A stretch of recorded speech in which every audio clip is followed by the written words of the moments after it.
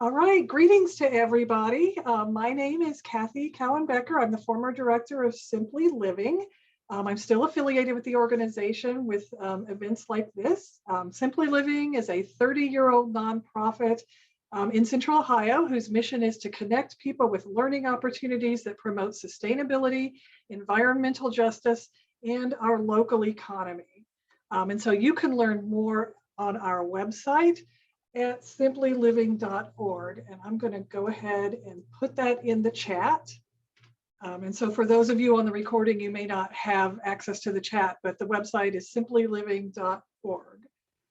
Your support makes it possible for Simply Living to participate in initiatives such as Solarize Columbus and other initiatives, and organize the programs like we are doing today. So if you're not already a member, please consider joining Simply Living or making a donation. You can do that on our website. Again, that's simplyliving.org. And I'm also going to put some links in the chat for various types of memberships and donations. So we do have a lot of people online joining this event. So we're asking everybody to stay muted. But please feel free to introduce yourself in the chat with your name, where you live in the Central Ohio area, and any organizations you might be affiliated with, if there are any. And also, please do put any questions you have in the chat. Our previous First Fridays, this is one of our First Fridays events, and previously we've had a lot of great questions and participation in the audience that way. So we hope that we'll have a lot of great questions for you all too. So before we get to our main event, I just want to promo a couple of things that are happening very soon that Simply Living is working on. First is our annual Sustainable Living and Garden Tour that takes place next weekend, Saturday and Sunday, August 13th and 14th. On Saturday is a self-guided tour from, I think, 10 a.m. to 3 p.m. There are 9 locations for residential homes with amazing gardens, community gardens, and urban farms. And then on Sunday is a special guided tour by the owners of a solar and permaculture farm in Galloway. So tickets cover both days. It's only $15 for both days, or if you're a member, it's only $10. And so I'm going to put the link for that in the chat, or you can also go to our website at simplyliving.org. And the second thing I want to promote is our Sustainable Business Directory.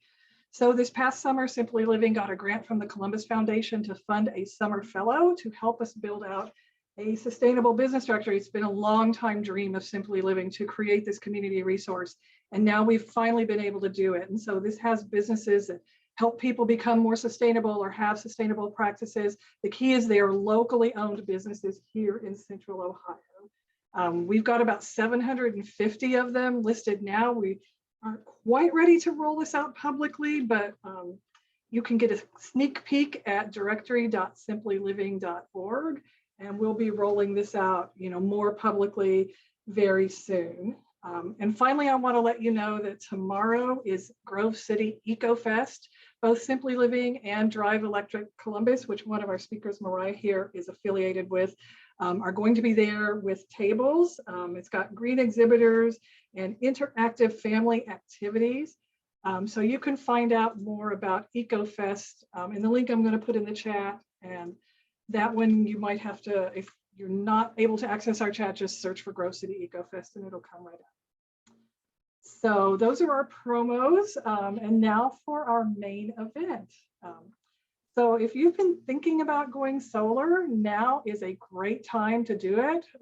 It's probably the best time. You should probably take action now. So first of all, this year there's still a 26% federal solar tax credit that rolls over. It applies to the taxes that you owe, and then it'll roll over year after year. And that's for solar installed this year. If you wait until next year, it's 22%, and after that it goes away entirely, unless Congress passes the Inflation Reduction Act. But we don't know what's going to happen with that. So as of now, those credits are going to go down next year and then go away. So this year is a good year to act. But the other reason this year is a really good year to act on this is that you can save on installing solar through joining a solar co-op. So there's a coalition of groups, including Sustainable Columbus, the Mid-Ohio Regional Planning Commission, Impact Community Action, Simply Living, and Solar United Neighbors. And we have gotten together to offer the Solarize Columbus area 2022 Solar and EV Charger Co-op. So if you join this co-op, you're not necessarily committing for sure to putting solar on your home, but you'll be joining a group, and the larger the group, then you can get a discount bulk purchase rate on the equipment and the installation. And you can also get an evaluation to see if your roof is suitable and what it might cost. And then you can decide from there what to do. So this initiative this year is not just taking place in Columbus. There's 6 other cities that are part of a cohort all running a Solarize co-op this year. Some of the other cities are Broomfield, Colorado, El Paso, Honolulu, Irvine, California, Kansas City, and Oklahoma City. And we went through a series of trainings organized by Rocky Mountain Institute on best practices for how to run a solar co-op. And we're putting that into practice with this solar co-op this year. So we have 2 speakers now to tell you more and tell you all the details about this. So our first speaker is our Simply Living intern, Abby Esch. She's been taking part in all of the trainings and the meetings since they started and has been helping with publicity and tabling and more. Right now, Abby is traveling with family in Italy, but can be with us today through the wonders of the internet. So let's welcome Abby, and please don't forget to put your questions in the chat. Welcome, Abby. Thank you, Kathy, and hello, everyone. Thank you so much for coming.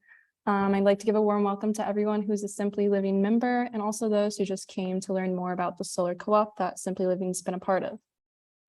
As Kathy said, my name is Abby Esch, and I am an intern at Simply Living and also a student at The Ohio State University going into my 4th year. I'm studying environmental policy and decision-making with a minor in city and regional planning. And one of my biggest career goals is to aid in the creation of more equitable and more sustainable cities. So I'm really grateful for this opportunity to be working alongside members of Solar United Neighbors, Sustainable Columbus, Impact, and MORPC to create and expand the 2022 Columbus Solar Co-op.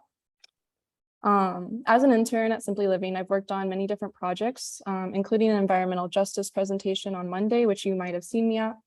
But this solar co-op has been the biggest part of my internship, so I'm really looking forward to seeing it come to fruition. Empowering citizens to develop their own sources of renewable energy is what I believe to be a crucial part of achieving equitable sustainability within communities. And this is exactly what the solar co-op aims to do. However, being part of the solar co-op means that you don't have to do it alone. You have a team of experts willing to help you with whatever issues you have or whatever questions that you have as well. And you have a community of like-minded homeowners who have the same priorities as you. One of our partners, Impact Community Action, is conducting a program called Empowered, which aims to provide on-the-job training, shadowing, and mentorship opportunities to marginalized communities within Columbus. This program will eventually result in $1 million invested in the local economy here, and also 30 living wage jobs. I got a chance to meet and talk to some of the participants at the press release that Solar United Neighbors had for the solar co-op.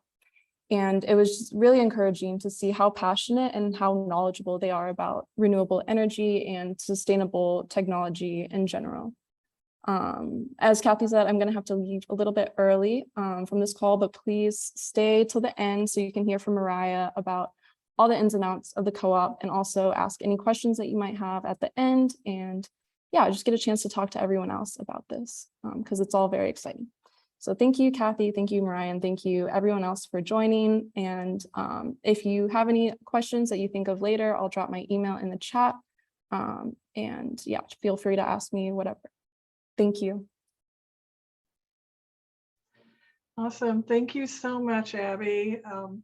And thank you for your work as an intern with Simply Living. We so appreciate everything you've done this summer, from Solarize Columbus to helping with ComFest and other tabling events that we've done, and really everything, working with our local businesses. And I hope it's really been a great experience. And like we said, Abby's traveling in Italy, so to see family over there, and we'll have to drop off a little bit early, but please do put your questions if you have any. We hope you do in the chat. So let's get now to our main speaker. Mryia Williams. And so Mryia is the program, Ohio Program Associate for Solar United Neighbors. And that's the group that is basically managing the solar co-op. If there's anyone who is really in charge of this or really at the center of it, it is Mryia. But she's also a great person to talk about this because she put solar on her own home on the west side of Columbus at the 2020 Columbus Solar Co-op. She started with Solar United Neighbors as a contract position to help educate people about the need for policy to protect solar rights for people in homeowners associations. You probably know that a lot of homeowners associations forbid solar, and that needs to change.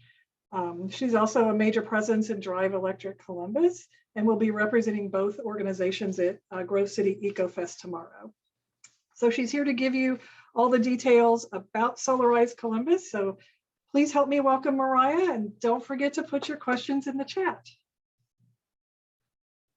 Thanks, Kathy, for the warm introduction. And thanks, Abby, for joining us for just a moment from Italy. That's a great, influence that she was able to do that. So I dropped my email and my the web address for the Columbus Co-op into the chat, just so that those are up, because once I pull up my slides, I know that I don't have visibility to the chat the same way.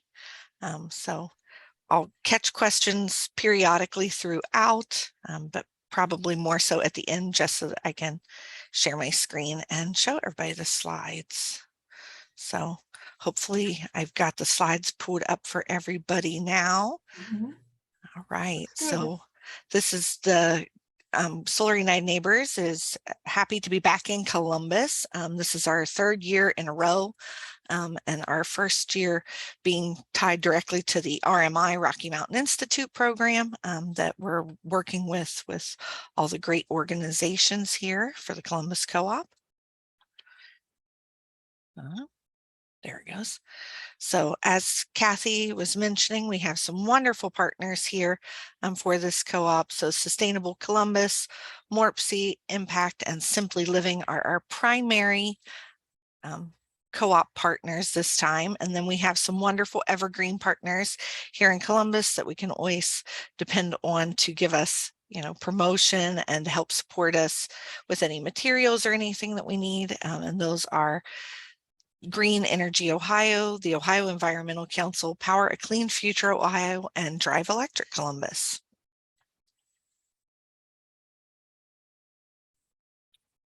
So what is Solar United Neighbors? We are a vendor neutral national nonprofit. We are currently operating in 11 states plus the District of Columbia, and our programs are currently in the works for coming online in Hawaii and Puerto Rico.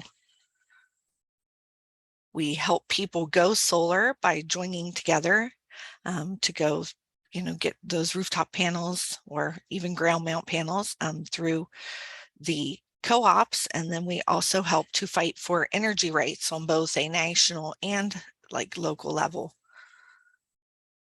So here in Ohio, our newest numbers just came in, and we have just cleared 500 homes that have gone solar with us.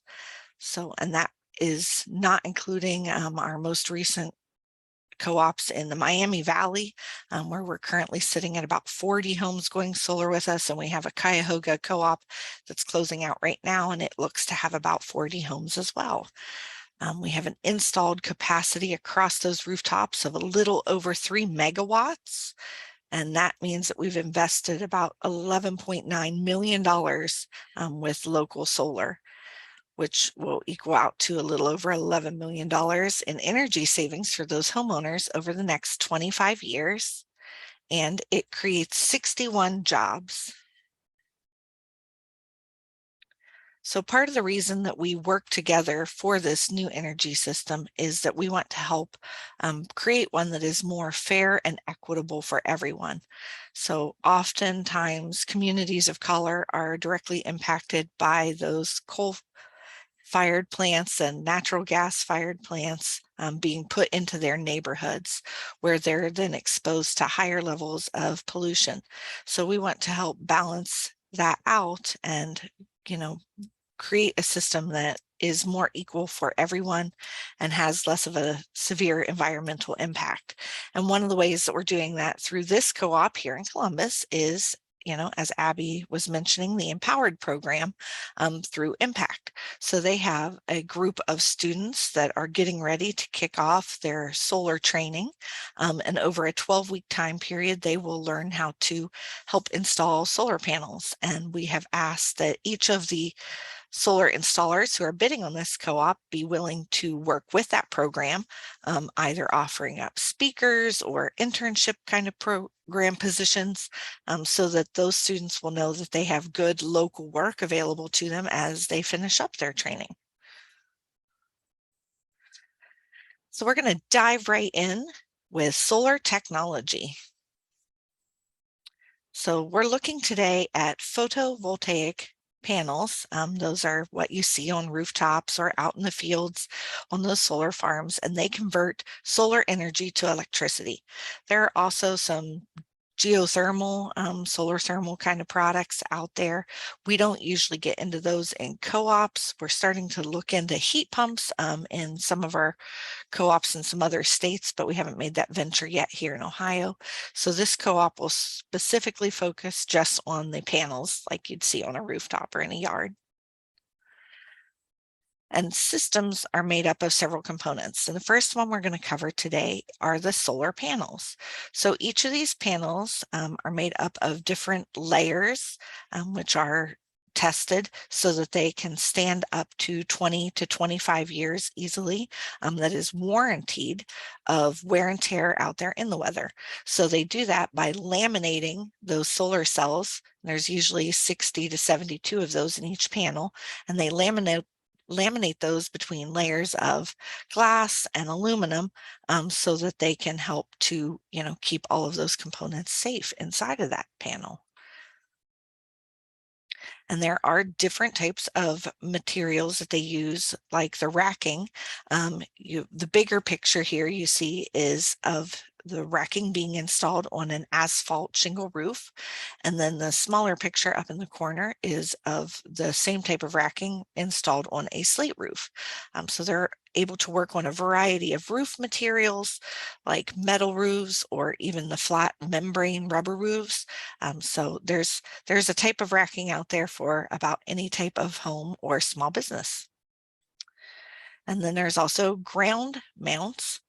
So if you have a larger yard or you live in a little bit more rural area, this might be something that you want to consider, so that you can, choose which direction those panels are facing and where they are. Maybe your roof isn't a good fit. Maybe you have some tree shading or something. Maybe you want to opt for the ground mount systems. And some of the other system components are the string inverters or a micro inverter, and those will depend on what the A, installation company prefers to work with, or B, what your home needs call for. So some homes, they find that micro inverters work better, because they can use those on the back of each panel and your power is converted there from the DC that comes out of the panel into the AC. Or they might find that, the string inverters where everything runs together to that one central box might work better. So that's something that they'll go over with you whenever you do get your actual proposal from the installation company to cover what would work best for your needs. And then they also will look at your panel that's in your home already. So your solar needs to have spaces available in that panel in order to, be able to distribute that power to the loads in your home. So if you have an older panel, or if you have a very, small panel in your house, like 75 or 100 amps, they may have to help you get a new panel, so that you have more space available for the solar to hook up. But in a lot of the, newer homes, the more modern homes, people already have a 150 or a 200 amp panel. So you won't have any problems at all with just, using the panel that already exists there. So, and one of the questions that I happened to see pop up right before I flipped over here to my presentation was about orientation of the roof. So south here in the Northern Hemisphere is the very best angle for, your solar to be on. That'll give you the highest optimal output from those panels, but east and west also work well. So if you have a, south facing roof, great. But if your roof happens to be a little more east or west facing, those will also work, and they will look over that orientation of your roof with you whenever we first do our assessment of your roof.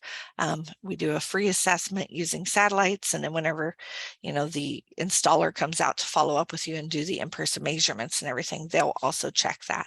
And then you want little to no shading. Obviously, if you live in a forest, that's great for a tree canopy, but not so great for your roof, for the shading effects of those trees for things. So, that might be something that also impacts it. And if you have enough space for the panels, we're only looking for 200 to 250 square feet for a small system. So most roofs have that available, but occasionally, you'll see a roof that somebody has, maybe a unique home with like a turret style roof and it's round, or they have a whole lot of dormers on their roof, or, maybe they've got a bi or tri-level home and it has all those little splits in it, and it does get into some interesting or tight spacing for those roofs. So those are just some of the factors that we'll look at. And they also look at the age of your roof. You obviously want to leave those panels in place for as many years as possible. So we always recommend that you have a newer roof that's probably 10 years or younger, just so that you're not having to pay to have those panels removed and pay to have them put back in place. So some of the important terminology that you'll hear talked about with solar is kilowatts, and that's how the system is measured, and kilowatt hours, and that's the total production. And the way I like to look at those is that a kilowatt, I always compare them to a garden hose, because that's how fast that power is flowing out. And then the kilowatt hour is the equivalent of the swimming pool that you're filling up, because it measures overall how much, came out of that system in any given day. So the average size here in Ohio is a 6 to 7 kilowatt system, and that's based on, site usage, how much of your power consumption you're wanting to use. There's a variety of factors there.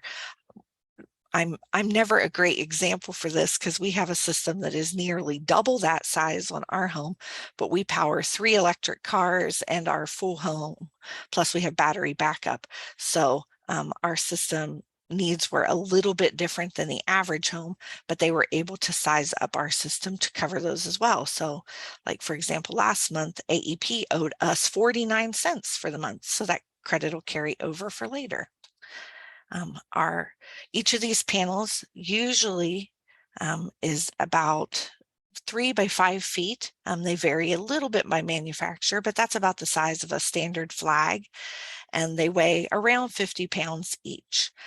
So if you're looking at a system like this is a 4.2 kilowatt solar panel array, and it is scaled to that little gentleman in size so that you can see about how that would measure out. And each of those panels produces about 350 watts. So that's why with the 12 panels, you're looking at just a hint over 4. So as I mentioned, there was that little extra credit that I had coming from AEP this month, and that is because of net metering. So whenever you're looking at, a home with solar panels, the first part is, of course, those panels, and they absorb the sun and, change that into energy that is used in your home. But the energy that comes out of those panels to begin with is a DC power, which, if you know just a little bit about power, even you'll know that AC is what your home uses. So that's where those inverters, microinverters, string inverters come into play, and they change that power into that usable AC for your home. And then the energy is used in your home, your school, office, business, whatever those panels, are tied to the system of. And then there's here with AEP territory, especially, we have bidirectional utility meters. So they measure not only the power that you are drawing from the grid, but also the power that you are pushing back out to the grid. And then the excess energy from those panels goes back out to the grid. So let's say that, you know, in the middle of the day, you're only drawing a couple kilowatts because maybe you're not running any appliances and you've got, you know, minimal lights on. You're just sitting there doing your office work in the quiet of your home. And you're producing at that point, you know, 13 kilowatts off of your roof. So then it will push that excess 11 back out to the grid where you'll earn a credit, and AEP does a 1-to-1 credit ratio. So you'll earn a credit that is added back to your bill later.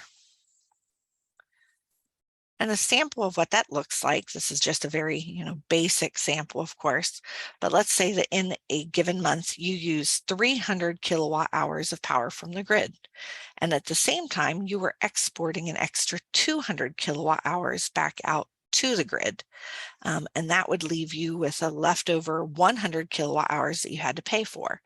So your bill will have other service fees, you know, generation and distribution are real charges that we all see all the time. And those bills don't always reflect, you know, those until you see them at the line item stuff at the bottom of the bill.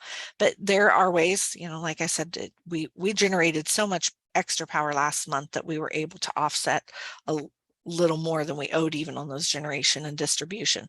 So it's all about what your goals are with your bill, and they'll help you figure out the right size system, you know, for your home then. So a big question that we get a lot, and these are probably very familiar graphics to a lot of us because of June, is what happens when the power goes out? So when the grid is down, your solar automatically will shut off. It's a safety mechanism so that we're not pushing power back out there and toasting those line workers. Because even if we're not real happy with the AEP, the line workers, you know, still deserve to be protected because those are people and we don't want anything to happen to them. So if you're wanting to have access to your power whenever it is out, whenever you're, you know, you have to have a battery backup, or there's a new product called the Enphase IQ8, and some of the installers do here locally put those in, and those basically they isolate your home. It's called islanding, so it keeps your home from being a part of the grid. You're not pushing any power back out. So even if you're producing extra, if you don't have anywhere to store it, you know, you won't get to utilize that power or get credit for it, but it'll still be available to your home, which is really nice so that you're not, you know, having those storms roll through and take you off the grid, or that peak demand happen and possibly shut down parts of the system for days. Those won't end up affecting you. If you have battery, you know, you'd have that available overnight even. If you don't have battery, if you just have like those Enphase IQ8 type products, your solar's only available during the day, but I mean, that would still give you power to use, you know, from the time the sun comes up till it goes down, which is, you know, enough to usually help rechill the fridges, you know, run some appliances so that you can have, you know, dinner made or cool your house or heat your house or whatever during the day. So those are some of the options that you might want to explore for those things. And if you have more questions about that, we have a great guide available at solarunitedneighbors.org/storage. And if you forget that /storage part, no problem. If you had just hit the little search bar up at the top of our website, solarunitedneighbors.org, it will let you search for battery or storage, either one, any type of those keywords, and it'll pop up that guide immediately for you. And one of the other optional components of this co-op is an EVSE, so your electric vehicle service supply equipment. And why you might want to add that during the co-op is that it then adds that into that overall, you know, bill for the total of the system installation, which lets you get that 26% tax credit even against the charger or the outlet to run a charger. It's a great way to future-proof your driveway for an EV purchase, and most of the installers are offering some sort of bulk purchase pricing of that, so it might be cheaper than if you price that out separately. Plus, since the guys are already on site and they have the training, it makes it nice and quick and easy for them to put that in there. And it's not such a bill, because I think we all know electricians cost buku dollars to get out to your house on a normal basis. So here you can see a couple different examples of equipment that you might end up with. So in the picture at the bottom of the screen is an outlet box that was installed on the side of my house. Whenever we had our solar added, they added a little panel on the outside. It has a 1450 outlet, which works for level 2 charging. That's got 50 amps ran to it, so it works for 40 amps output to the cars, if they're capable of that. And then there's also 120 outlets. So I now have a way on the west side of my house to plug in Christmas lights, which I didn't have before, which is really handy. And we opted to upgrade the little box a little bit and get a weatherproof one, like you'd see at an RV park. But they also have just little outlets that they'll install sometimes. And then on the top picture, you see an actual, electric vehicle supply equipment piece, commonly called chargers. And that one is hardwired inside of a garage. So there's different options, and you can ask the installers, what they offer, or some of them will even let you purchase a piece and then just hand it to them and they'll run the wire to it. So, and before I jump into solar economics, I see that we have a bunch of things in the chat. So maybe I will see if I can get questions put up here. Yeah, do you want me to read some of these out to you?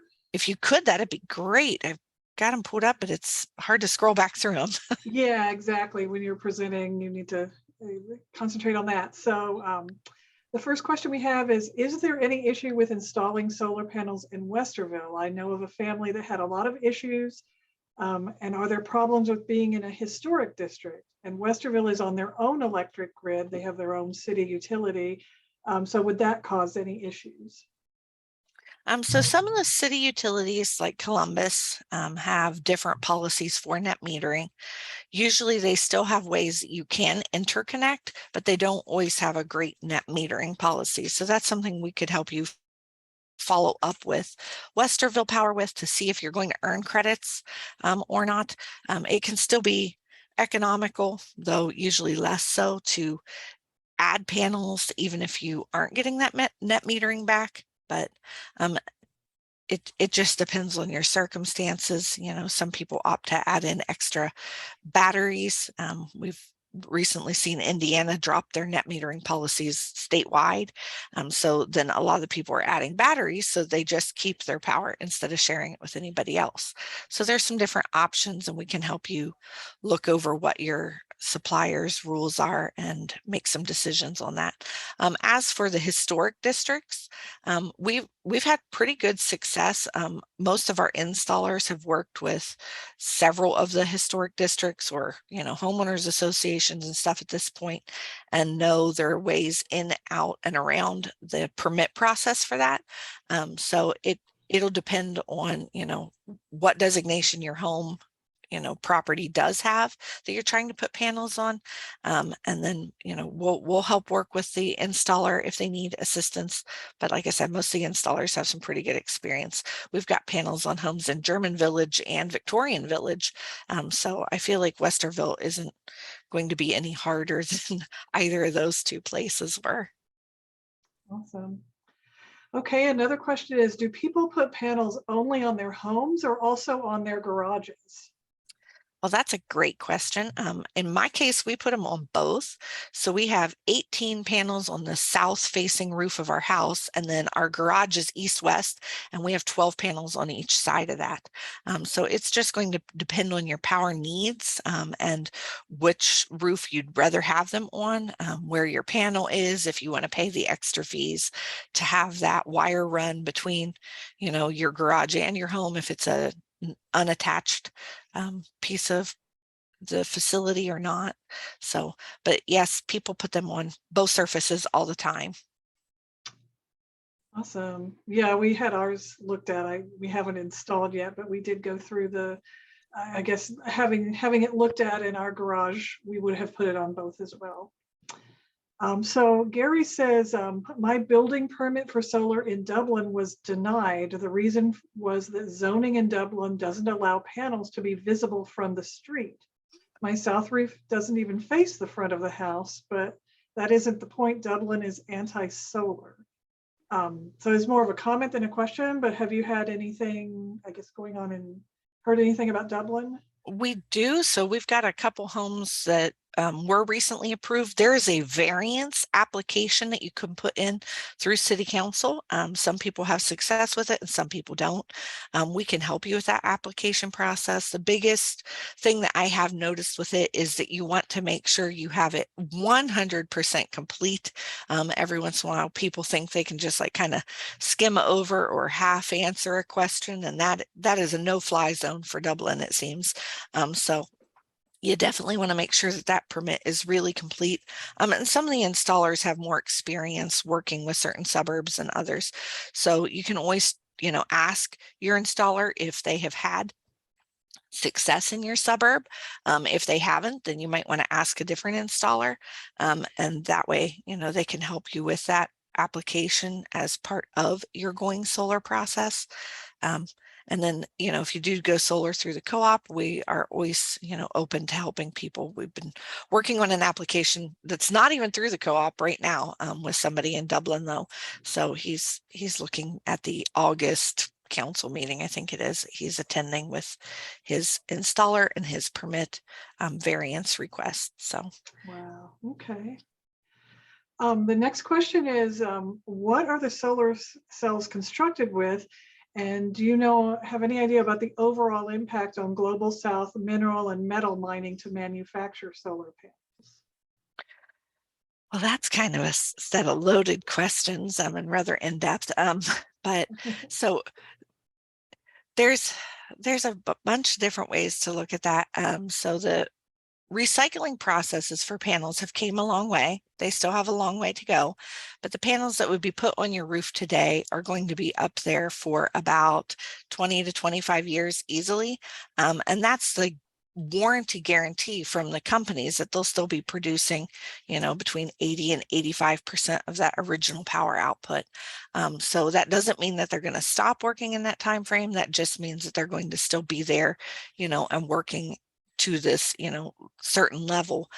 So you may see those same panels up there. We've got people that will talk to me at different events and be like, I put my panels on in the 80s and they're still producing, and I'm like, that's great, leave them up there, let them keep working. So the minerals aren't going to be used again immediately. And we, hopefully in the next 20 to 25 years, we'll see even better recycling processes for them.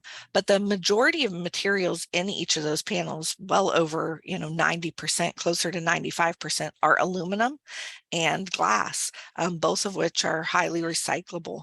And the rest of the little components that are layered, laminated in there, are materials that are highly sought after. So they're wanting to come up with those recycling processes for them. And they're designing these reclamation processes to be able to get those back out, because nobody wants to let those little, minerals go to waste. Those, materials. So the mining processes of it, it's all going to depend on where your materials are coming from. Some of our installers use, primarily North American sourced and manufactured panels. Other ones, because they're trying to help keep the cost down for people, will use the other sources of panels and materials. So that's a higher grade question. We've got some different materials linked up on our website that you can check out for those, but I probably not going to dive into, in our limited time, mining policies. Yeah, I guess I would just add, from a sustainability point of view, that there is no source of energy that's going to be footprint free. They all have some kind of footprint. But if you're talking about solar panels, they are manufactured once, they're up on a roof, working for 25 years or longer. They can then mostly and hopefully soon all be recycled, versus compare that to coal or oil or gas that has to be continually mined, drilled, fracked continuously all the time. That is the source of fuel, versus the sun or the wind being the source of fuel, that just by their nature, renewable forms of energy are going to have a much less of a footprint. And there's a whole, I guess, area of study called life cycle analysis that has looked at this in a scientific way. And these studies repeatedly prove that the footprint for, solar and wind is much lower than for fossil fuels. Okay, so a few more questions here. How do you route the energy? Like when you're talking about where the energy goes, how do you route it, to your batteries if you have a home battery versus putting it back out on the grid to AEP? So that's a great question. So in my system, it automatically wants to fill my battery first after, I use it for loads. So I don't know if this will be visible or not. We'll see if I can pull it up. I'm trying to open the app, but anyways, so we only have a 10 kilowatt hour battery in the basement because we happen to have a Ford F-150 Lightning sitting in the driveway, which has another 130 kilowatt hours of bidirectional capacity available in it. So I don't know how visible this will be or not, but this is the app that we have for our solar, and it'll show like right now our house is generating just 1.6, because as y'all know, it's a rainy day here in Columbus. And then we're only pulling 0.01 kilowatts from the grid because our house is just using 1.2. And so it's currently putting in about 0.4 to the battery to charge it back up from where it discharged overnight.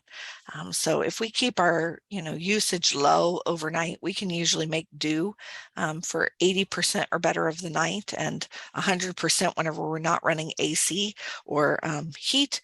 So in those nice spring and fall months, we usually come back off of them in the mornings with still a little bit of battery left. But it automatically will want to route it to your uses first. They don't share to the grid unless that's excess power that you don't have some other purpose for. So it'll charge your batteries or run your loads and then share the rest of it. Okay. And then we have, there's a comment, and one other question. The comment is ADT says on their website that if you go solar, that, where'd it go?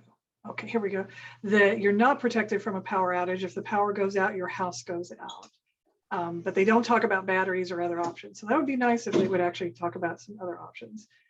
I mean, it may be that ADT doesn't, I don't know what brands they use, but Enphase is about the only company that currently has I think they refer to it as a dark start product. So it's a inverter that will work and it has like a very small battery built into the system. It's like a 1 kilowatt just to help balance out those little fluctuations that you see, but it'll automatically let you use that power that's coming from the solar, but it's not going to keep you on overnight. And then the batteries are a completely different entity, and not all installers do batteries. Not all installers do the same brands.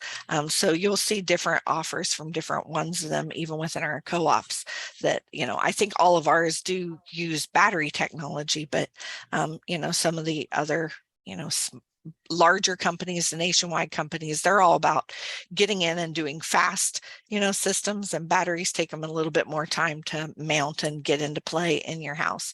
So sometimes some of those companies like ADT or, Blue Raven, Pink Energy, Pink Home, whatever they've changed their name to now, they may or may not do those.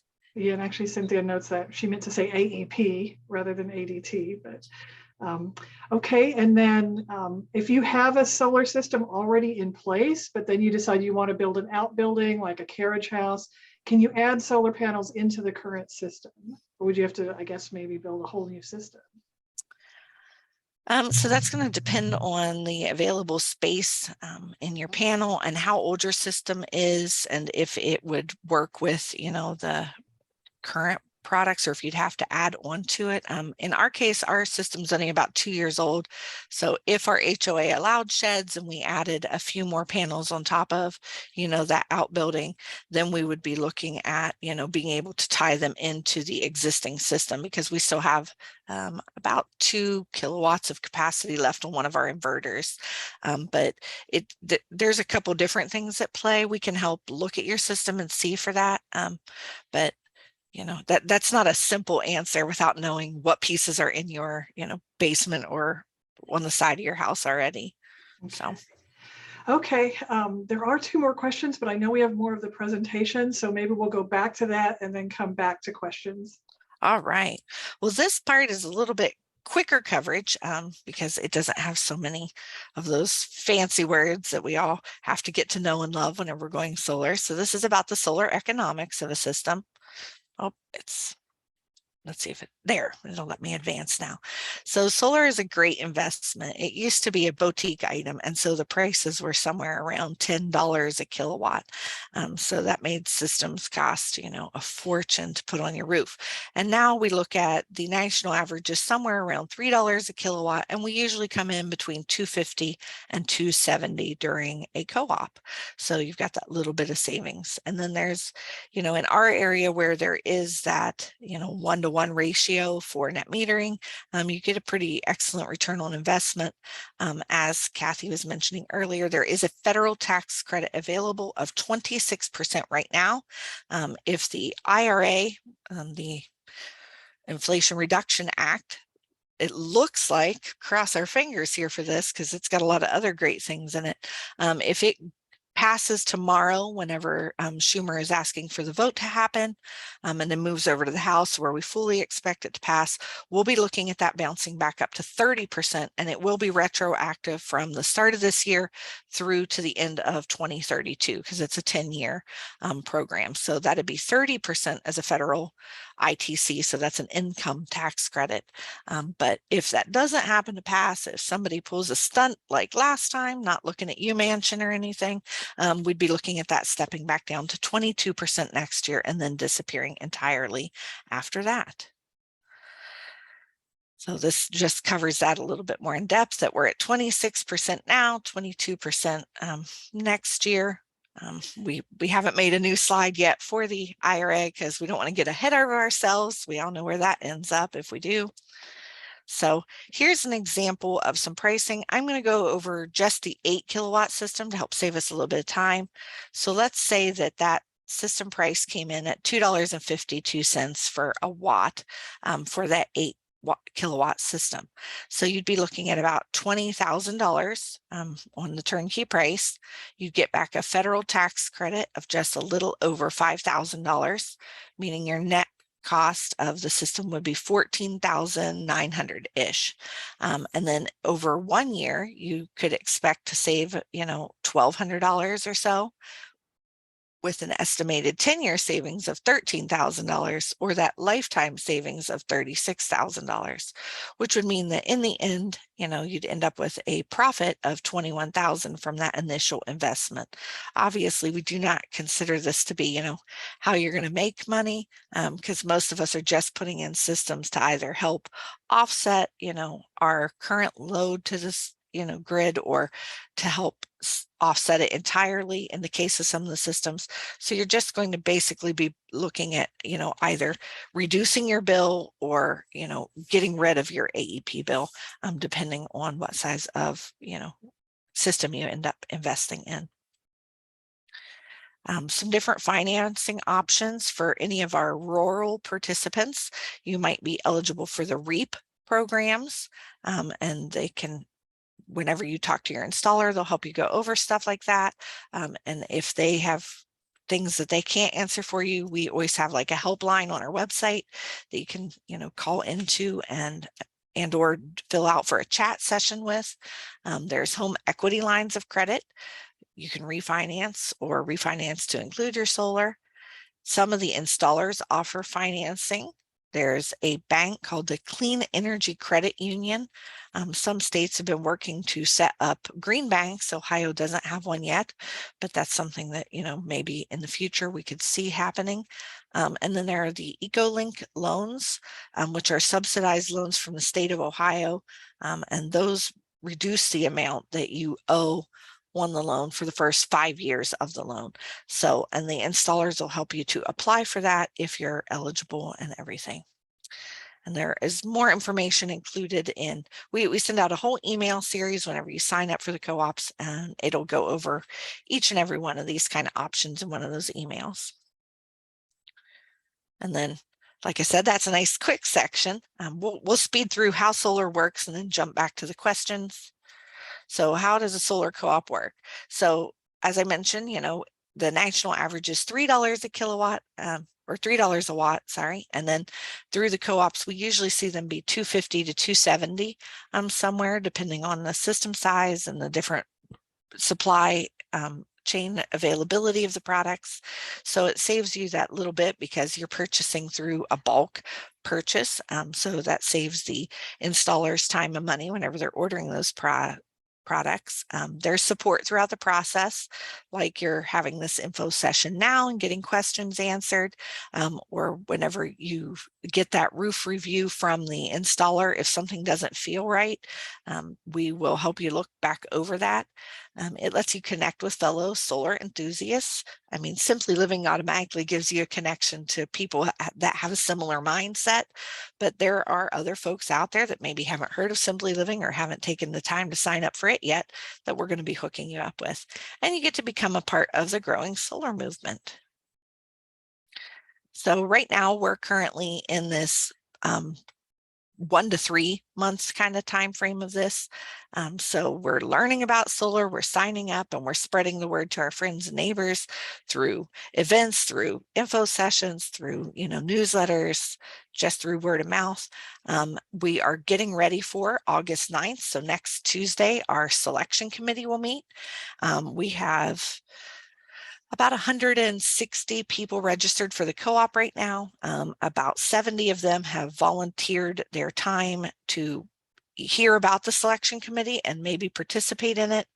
We usually see somewhere between 20 and 30 of those people actually show up for that meeting. It is online, just so that we weren't getting that many people together in one enclosed space for 2 hours and testing our luck with any of the many different pandemics that seem to be trying to go on right now. So we will have that next Tuesday, and after that we will know who the installer is going to be for our co-op, and they will start offering up to people the ability to get their actual roof review completed, get their system signed for, and get the process in motion.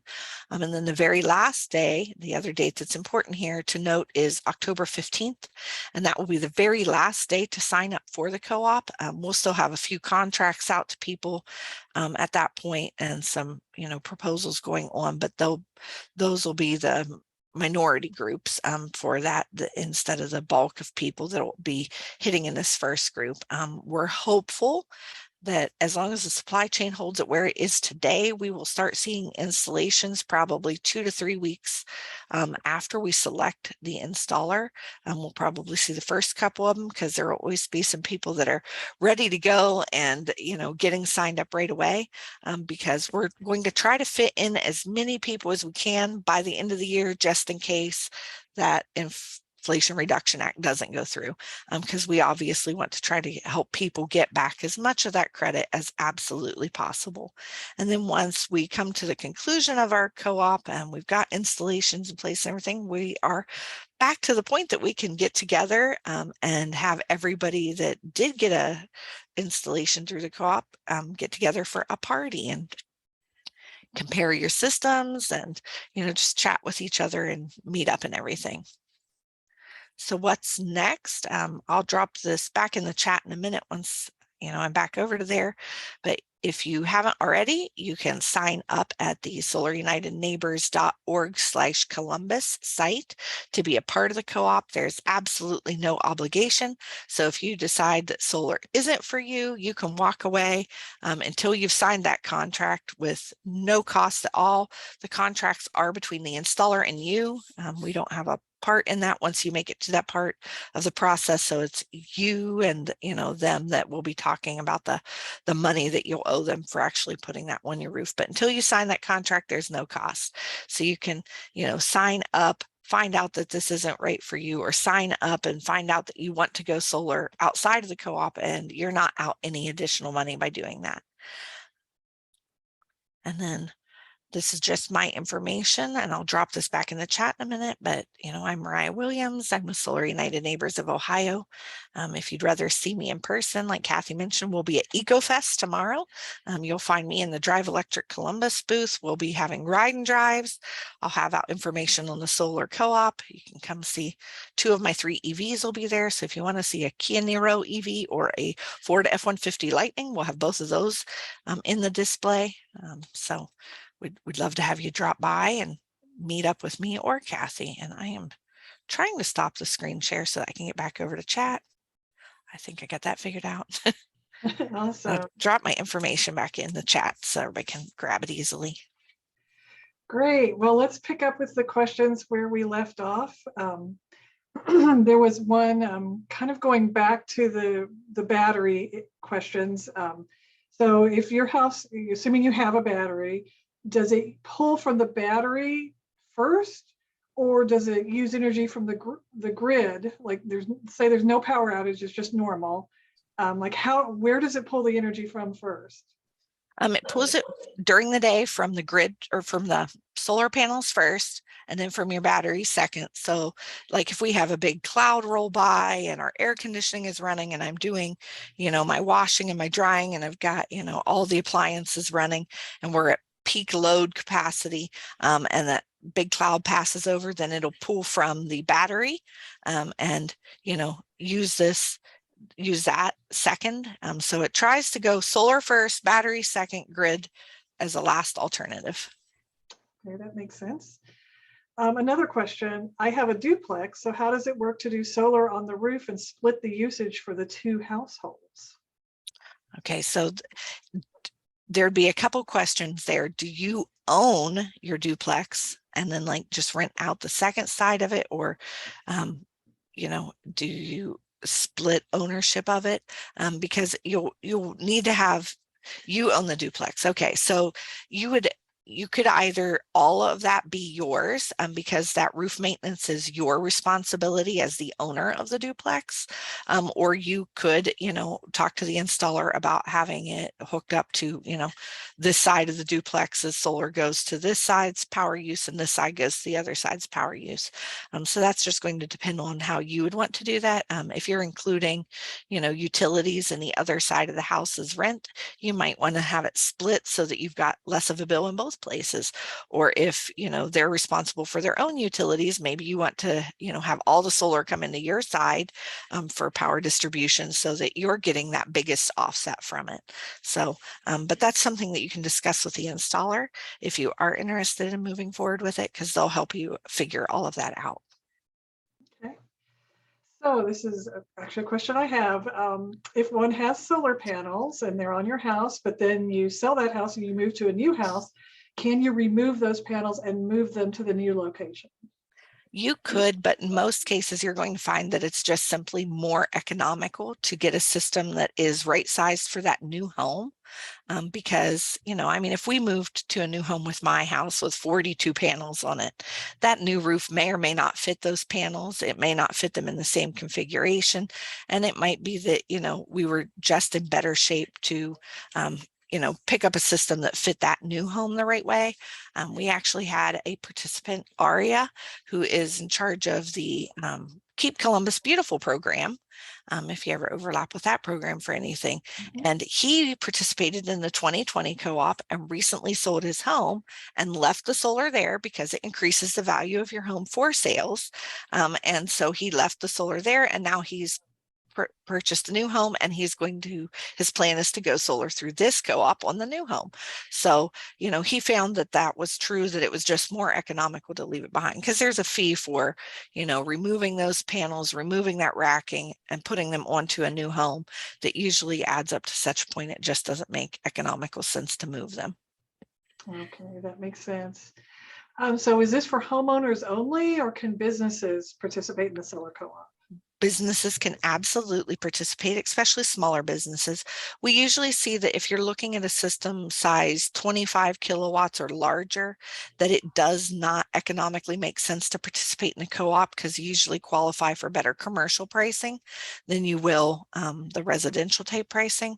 But, you know, as long as it's a smaller business roof or a smaller power need and we're right sizing that little size for using it, it usually is a good fold in for those small businesses.